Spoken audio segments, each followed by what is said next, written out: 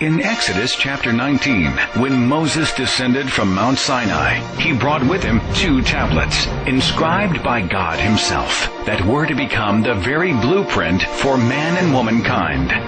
They were the 10 Commandments. So how important are these commandments? Well, here's a quick test. How many of the 10 Commandments can you actually remember? Oh, great!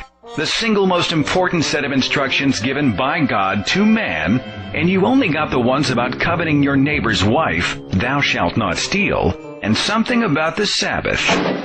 Granted, the story of Moses is actually borrowed from earlier Greek, Roman, and Persian cultures. Fortunately, plagiarism isn't listed as one of the 10 Commandments. But are these really the best God could come up with? The first 4 commandments are essentially God's way of saying, I'm God and I'm insecure. Don't have any other gods before me. Don't make any graven image. Don't take my name in vain. And remember the Sabbath. God just wasted 4 good commandments on his own vanity. Besides, do you know anybody who actually remembers the Sabbath? No! Of course not. They remember Sunday brunch, golf, fishing, shopping, the cinema, homework, careers, and of course, professional, football. The 5th commandment, honor thy father and thy mother, is a nice sentiment.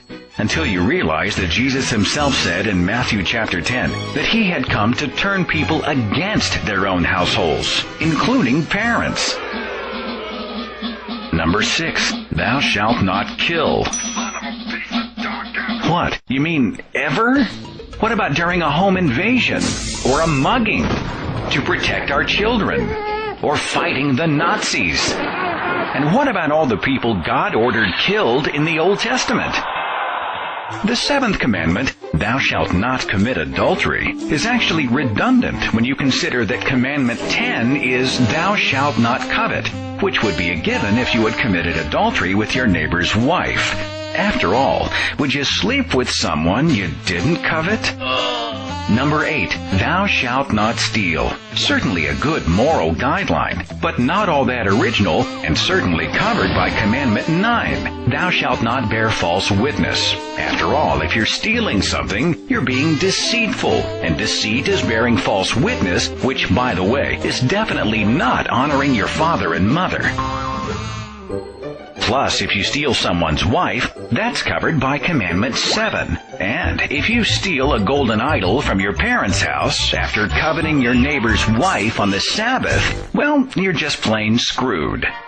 Yes, these are the 10 Commandments, which are actually 3 commandments, which were borrowed from previous cultures, which nobody can fully remember, which Christians hail as the foundation for a truthful, moral life.